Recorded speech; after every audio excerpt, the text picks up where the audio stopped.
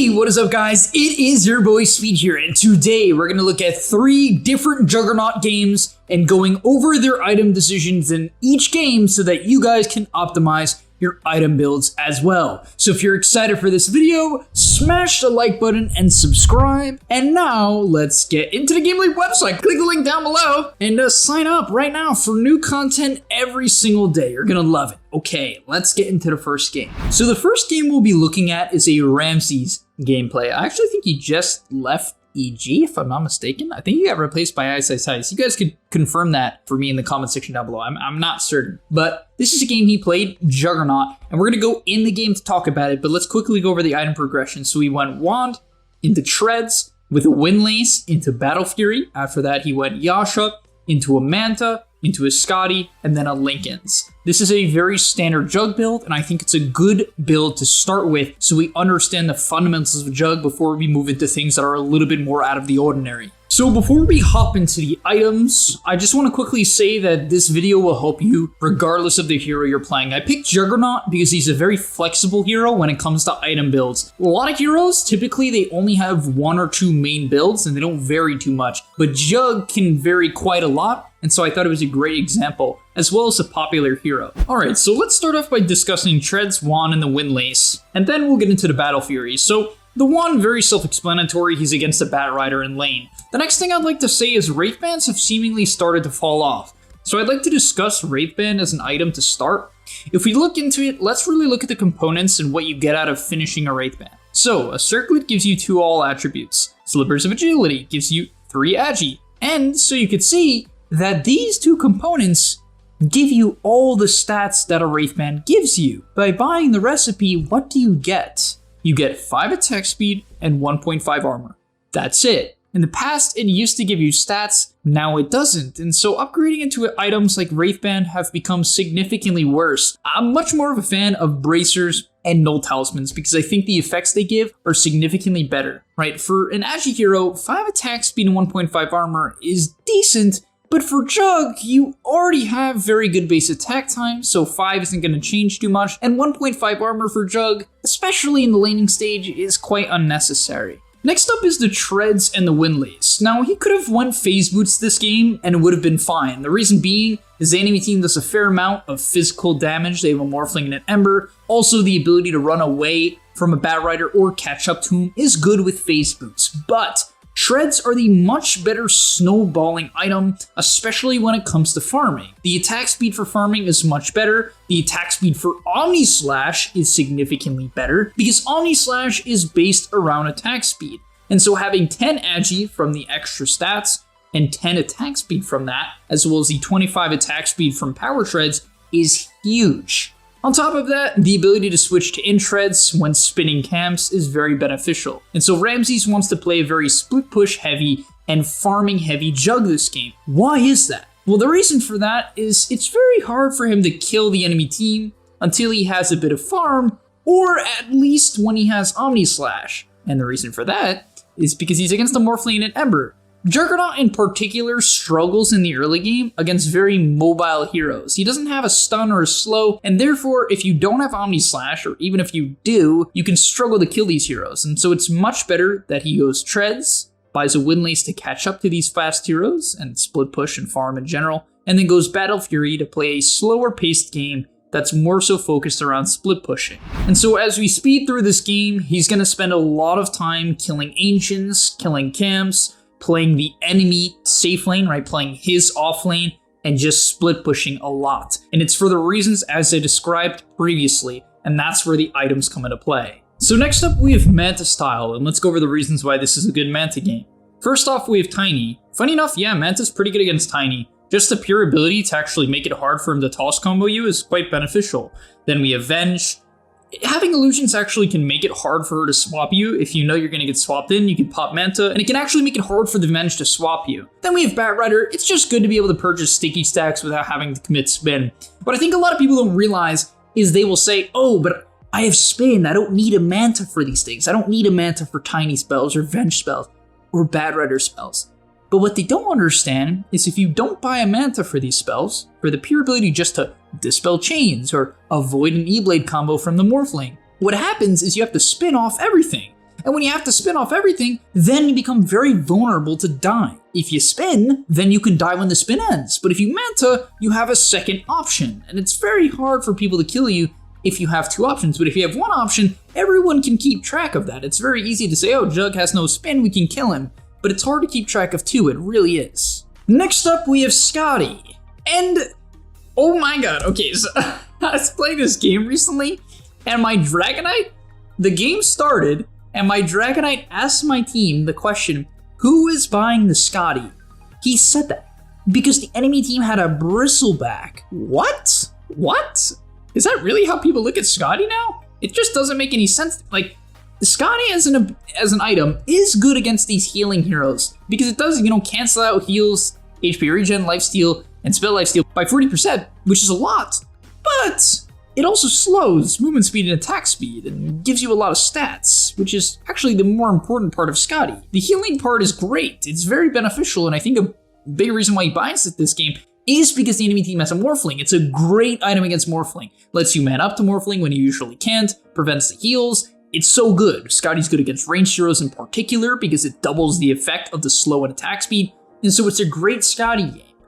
But that's not the main reason why you buy it. I mean, it's great, but the main reason why you buy it is the attack speed slow and the movement speed slow, like I mentioned before. It's really good against ranged heroes in particular. The enemy team has 3 of them. And I can't stress enough how much I really do think that Basher is overrated. It is a great later game item, but I really tend to dislike Basher as a third item unless your team really needs a stun. His team has plenty of stuns, and so in my opinion, it's much better that he gets a more well-rounded item such as Scotty that allows him to be the high ground siege hero. For instance here, he's going to be sieging high ground with the Aegis, and that's exactly what he needs to do from his team. Just be a little bit more tanky, have an item that gives him some agi and attack speed, some damage to siege to high ground buildings, and just be tankier in general for a decent cost. Remember, Scotty is 5,300, Abyssal is 6,600. There's a big 1,300 gold gap there, which tends to make Scotty a better third item than Abyssal, unless you really need the stun. And yeah, that's going to be the end of the first game. We've been on this one for a while, so let's get into the second one. Alright, so let's get into the second game. This game, we'll be looking at another Battle Fury build, and another Manta build. As I said, this is typically the standard. These two items on Jugg are most of the time the best items to go. And so if you're like, I don't know what items to buy, it's so confusing. Usually, for most heroes, there's 1 or 2 staples that you kind of want to build off of. For the third game we'll be looking at, there's no Battle Fury. That one's a bit extreme, but we'll get to that later on. So for this game, another Battle Fury game, once again, 4 Protect 1 team comp. He's playing much more of a farming game. He wants to scale against the Spectre. You could also take like a shut down the Spectre sort of game plan, but the enemy team has so much high ground and tower defense that there's like a very low chance they can actually end the game too early. They do have a Pugna and a Jugg, good siege heroes, but the enemy team is Lich, Underlord, Ember, Void Spear. It's very hard for them to actually end the game. And so it's good to scale, right? It's good to have this Battle Fury. After that, he'll be going Manta. Same reasons as I said before. Dispelling chains, dodging out spells, and the last thing that I forgot to mention from the other part is split pushing. Guys, I don't know why it doesn't come up enough, but using Mantas to push in waves is very effective for agility heroes, and so it's just another reason why the item's good. And quickly, before we get on to his third item, I want to show an example of using the Manta to split push. He's going top here, the whole enemy team is alive, they're not showing bottom, they're not showing mid, so he doesn't really know where they are. They are showing 2 mid now, but he's going to use the Manta to push in the wave. It's also just efficient. Right now he can go do something else, and so it's a very good play to make. Super good. So next up he buys an Echo Saber. Echo Saber? Why would he buy an Echo Saber? Definitely a weird item on Jugg, right? Because typically Jugg wants actual attack speed. Echo Saber with Omni Slash is very, very underwhelming. But the thing is, this build is going to help him, similar to Scotty, is going to help him stay on top of people. The slow from Echo Saber does let you get way more than just the 2 auto attacks it provides in, and so that's a good part. But the main thing, and the main reason why he's buying it this game, is the Braid, right? He's going to be upgrading this item into a Silver Edge, and honestly, Spectre is one of the only heroes that I'm a fan of intentionally buying Silver Edge just for the Braid con. Like, the Braid is good, don't get me wrong, but like Spectre and Bristleback are two of really the only heroes that come to mind that I'm like, yeah, you really want a Silver Edge. The reason for that is these are frontline heroes that you want to break. If you buy Silver Edge against Viper, I mean, yeah, it could be good, but you might be in the backline, hard to actually use it on him. A lot of ranged heroes like this, it's like, it can be hard to use. With Spectre and Bristleback, they'll always be in the front, and so it's very easy to use the break on them. And for Spectre, it's so important. Killing this hero without breaking him is brutal. That's why Viper is a common counter pick. On top of that, another thing I'd like to say is I think Shadowblade is just a really good item on Jugg. Especially in solo queue, I think Shadowblade is one of the best items in the entire game. It's like criminally underpurchased. It is, in my opinion, disturbing how little this item is purchased. It's a free escape, right? Let's say he's getting gone on by some hero you want to get away from. Let's say you're playing Jugg against Ursa and you need to disengage. It is so good. So good to buy a Shadowblade. But most importantly, the main thing that people underestimate from Shadowblade is the raw numbers on this item. Guys, Shadowblade gives so much damage. It's 25 damage for 3,000 gold. That's quite a decent amount, right? And 35 attack speed. These numbers are really solid for Jugg. And of course, you get the extra damage when moving around in it and when you attack out of it. So like, all in all, Shadowblade is a very good item on Juggernaut that people need to consider a lot more. Another cool little combo that we'll be seeing is he actually, with the Silver Edge, picks up a Mindbreaker. Very good Jugg item just for the attack speed, but the silence out of the invis is quite practical. Does a lot of damage to this Void Spear here. Very hard hero for Jugg to kill, as you can see, but still, nonetheless, really cool combo to use. And in this upcoming fight, we'll see the Silver Edge somewhat come into play here. Funny enough, he doesn't actually use it onto the Spectre. His initiation kind of got caught out. The enemy team found him, but you still do want to Omni-Slash Spectre, right? This is why you want to build Battle Fury and scaling items typically against Spectre. It's very good. Omni-Slash is one of the better, counters to Spectre in the game from what I've seen. On top of that, he will be able to use the Silver Edge eventually against the Underlord. Kind of a weird one, but the extra damage and the ability to break the passive does, all in all, let you do quite a bit more damage. And now finally, last but not least, he goes Basher into Satanic. Definitely a weird build, to say the least. He bought the Basher before the Satanic, and then went into the Satanic after.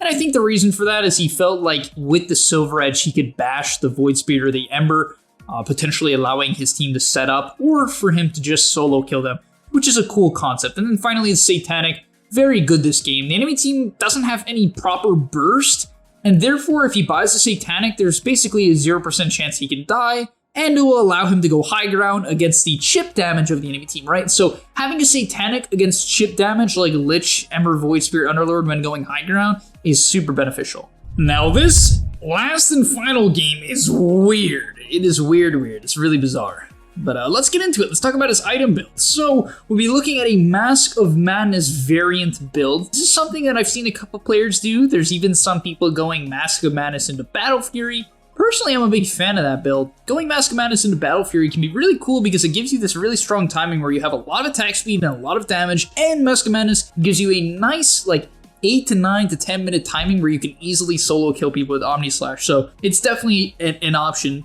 and we'll be seeing that come into play in this game here. So in this next game, we have a really cool scenario. Well, a bad one for him, but he's 0-2. It's a pretty hard Jugg game. Funny enough, all of these games have been kind of hard Jugg games that they come on top in, and I think it's partially due to their item builds, or even largely. And in this game, so he's 0-2, right? Your hero is not that good against Death Prophet. It's kind of meh. She has a silence in the early game for you. She's very tanky, buys a Yules naturally, can buy Ghost Scepter, Glimmer Cape, whatever she needs to deal with you. Axe, naturally a Jugg counter, just in general. And finally, Morphling. We talked about it before. You can't spin on him. You can't man up to him. You can't even Omni-Slash him. So really, you can't do anything to Morphling early on into the game unless he gets stunned, which is pretty difficult to set up. So all in all, what he'll be going, considering he's 0-2 and having a bad game, is a Mask of Madness. This is sort of like a nice in-between item where if you're having a really bad game and you're like, okay, if I go Battle Fury, my team is going to get run over. Or if I go Battle Fury, I won't be able to fight for a long period of time. You can go Mask of Madness, and it will allow you to come online much earlier. The only thing you have to understand is you won't scale as well, right? But your 15 to 20 minute timing will be much stronger. The only thing you have to consider is you obviously don't get the Battle Fury effect in Omni-Slash, right? You don't get the cleave, which can be very powerful. So it's much better at killing single targets.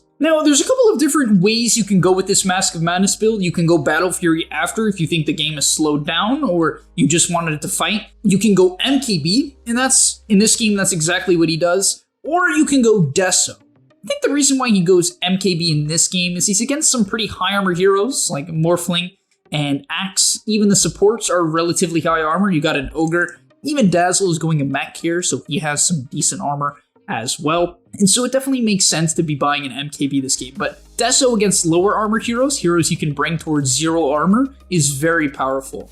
Now in this upcoming fight here, I just want to show a quick example of why the Mask of Madness is really good on single target heroes. So this fight is really bizarre. I actually thought he was going to get bursted. Fortunately enough for him, he was able to pop a really big wand. Keep in mind that every jug that we've watched had a wand or a stick at some point, and now you're going to see the single target come into play here. He's going to walk up to the Death Prophet, pops the Mask of Madness. Remember, you can pop items while in Omni Slash, and she gets absolutely shredded in a matter of seconds. Okay, less than a second.